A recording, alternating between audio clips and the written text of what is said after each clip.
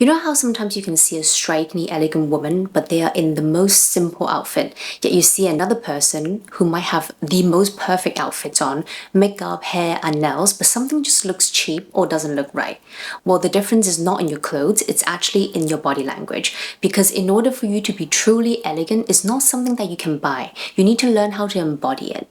So here are 5 body language tips that will help you become instantly more elegant. The first thing I want to talk about is your posture. And you might be like, everyone is talking about posture. It's such a cliche thing to say. Well, no, because your posture is not just about standing straight. You might think that my head is up and my back is straight, so of course I have a good posture, right? Well, there's actually more than that, because your posture, you can think of literally something that's holding every part of your body in place. So your head, of course, needs to be upright. You don't want your neck to be going backwards like that or frontwards like that as well. You want it to be in a neutral position. Your shoulders down. You don't want your shoulders to be rolling forward like that or rolling backward like that, because when it's rolling backward like that, instead of looking elegant, you might look a little bit arrogant. So keep it in a neutral position, but still with your back straight. Then you need to think about your tailbone. These days, it's quite common for you to see that either the tailbone is tilting frontward, which will make you look like you've got a belly, or it's tilting backward, which does look good on the bum, but then it's not good for your back and it's actually not nice as a posture to have. So it's better to keep your spine in a neutral position. Back in the days in finishing schools, people would literally try and practice by putting books on top of their head and walking around the room with it to practice not having the book falling off. And that was actually quite a good exercise to help you keep a good posture. Well, we're not going to do that now in the modern days, but what you can do is you can stand with your back against the wall to try and see what is your most neutral position when standing with your back straight. So posture is something that you want to think about all the time and not just when you're standing up. So think about posture when you're using your phone, for example. These days it's really common for people to use their phone while slouching. So you can see someone looking at their phone like that and they're kind of slouching like that and zooming, which is really not a good look and definitely not elegant. Instead of slouching and looking like that, try to place your phone slightly upwards so you don't have to slouch and your neck does not have to go in the front, which with time you're also going to get more of a double chin. So don't do that with your phone. Slightly lift your phone up when you're looking at it. Don't slouch and don't allow your head to go frontwards like that. Also when you're sitting, so a very useful thing to keep in mind of to have good posture when you're sitting is imagine there is a cat behind your back and you wouldn't want to squish the cat. So you always leave enough space between your back and the chair. That will allow you to keep your back straight, and it also makes you look more elegant when you sit down. Research shows that body language doesn't just affect the way people perceive you, it's also affecting how your own hormones are working. The Harvard study by Amy Cuddy shows that when people are in their power poses or in certain body language positions, it literally can affect your confidence hormones. So body language is so powerful that it can affect your own chemistry. Something you can practice in your own time is maybe get a friend or family member or yourself to film yourself walking across the room. And try not to change your body language just for that video so you can see how you're like naturally. And then watch it again to see all the things that you don't usually notice when you're just being yourself. Another thing you can do, which I cannot emphasize enough on, is you need to exercise for you to have a good posture and body language. So for example, by practicing Pilates and yoga, it definitely helps with strengthening your ability to control your movement, for your movements to look more graceful over time. And also by exercising, you're strengthening the muscles that help you hold your body up, whether that be your core or your back. All of that can help you hold yourself up properly. And over time with practice, you also have muscle memory. So it becomes less tiring to hold your body up properly. I used to only go to the gym to exercise and lift weights or do cardio, but then I found Pilates, which I've fallen in love with because it really helps with strengthening your mind-body connection. And because the movements are so graceful, which usually emphasizes on elongating your body. So remembering these movements and having the muscle memory for that help you naturally move like that in your day-to-day life. The second tip is smiling with your eyes. This is so important because when you don't smile with your eyes and you only smile with your lips, it looks plastic and it is inauthentic. When you smile like that, people on the other side can't actually feel your authenticity and your warmth, and so you're not going to have the same effect that you would have if you were to smile with your eyes. The French neurologist Guillaume Duchenne actually did a study on this, on the power of authentic expressions. And he found that when you have an authentic smile, not only does that disarm people, but it also creates this instant warmth and trust. And on top of that, it helps you release your own serotonin and dopamine, which are happy hormones that we all need more of. So of course, being elegant is not about grinning and smiling constantly because you're going to look silly like that, but it's more about knowing the right timing to show your warm smile, which always helps with building new connections and new relationships that helps to lubricate all social interactions. A simple practice you can do is practice smiling genuinely. This is actually quite useful because when you practice smiling genuinely at yourself, you're also showing yourself kindness and compassion, which the practice then helps you feel more comfortable when you smile in public or towards another person.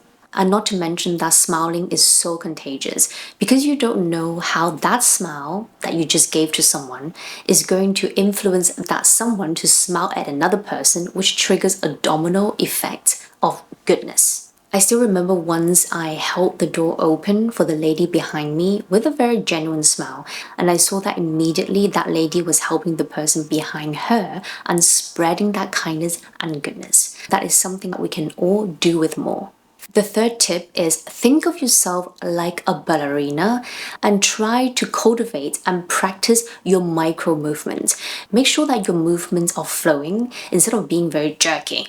So if you think about elegance and you imagine someone who is elegant, usually it is in the way that they move themselves, including the very micro and very nuanced movements, how someone pours water, how someone puts down a glass, how they hold the glass, how they drink the water, how their hands accompany their words, how they move the body when they speak. Try to keep your movements controlled and smooth instead of rushing them.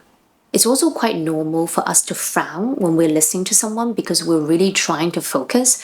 But when you frown, people can perceive you as impatient or stressed, which is not the impression that you want to give off. You want people to feel relaxed when they're talking to you, and you want to invite them to speak more. So in order to do that, relax your face. Imagine that there is something on your brows that's relaxing your brows, because when your brows are relaxed, your face immediately looks more relaxed. When someone is speaking, you can also gently nod to acknowledge what they're saying. Research shows that when you nod while someone is speaking, you invite them to speak almost twice the amount of what they originally were going to say. And of course, when it comes to nodding, there's a lot of cultural nuances. For example, in East Asia, the frequency and the intensity to how much you nod is quite different to how it's like in Europe or in the US. So for example, in Japan, people are much more likely to nod very frequently, quick, and intense. Whereas in Europe, it's more common that you nod more gently, slower, and less frequent. Psychologists show that as humans, we're drawn to predictable and smooth movements because that makes us feel calm and safe, whereas abrupt movements can very quickly signal threat or chaos. If you think about the very elegant women, the legendary figures that we all admire until today, like Monica Bellucci or Audrey Hepburn, these very timeless, elegant women, they usually have very smooth and gentle movements. And when they're walking, it doesn't look like they're rushing to get to from one place to another. When you look hurried, it's very difficult to look elegant. The fourth tip is the grounded gaze.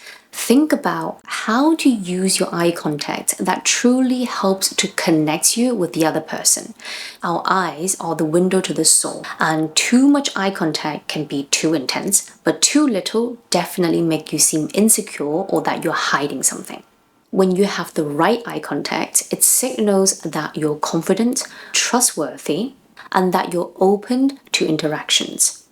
It's literally like you are inviting them to your world. So definitely aim for grounded, sustained eye contact.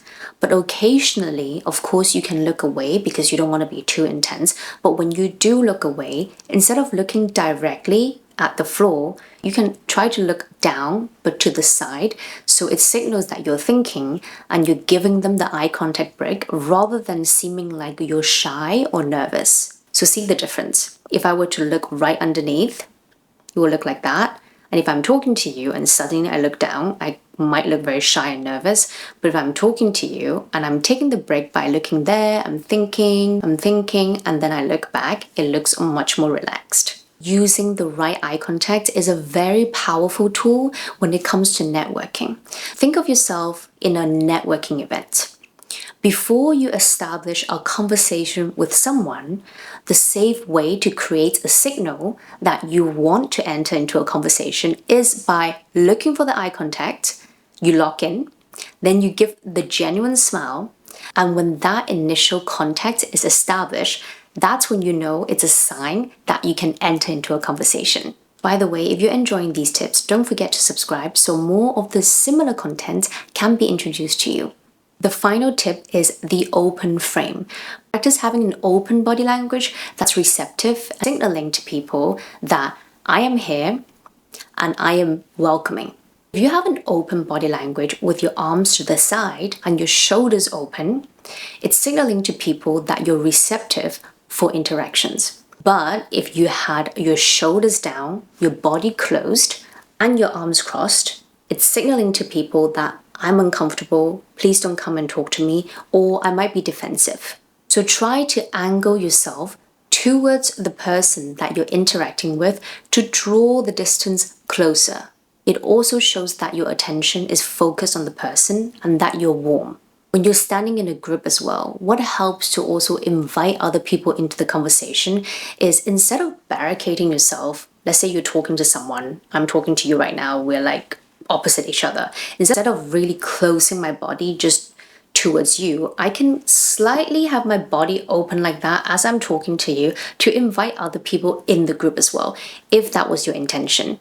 Another thing you can do instead of crossing your arms is gently put your arms around your waist, or you can have one hand over the other arm very lightly placed above your waist. Research on communication shows that over 50% of the perceived openness and warmth actually comes from nonverbal cues such as your body orientation. Here's another networking tip for you. So let's say you didn't know which group to approach and you're feeling a little bit awkward because you're standing by yourself and you don't know where to go or who to speak to.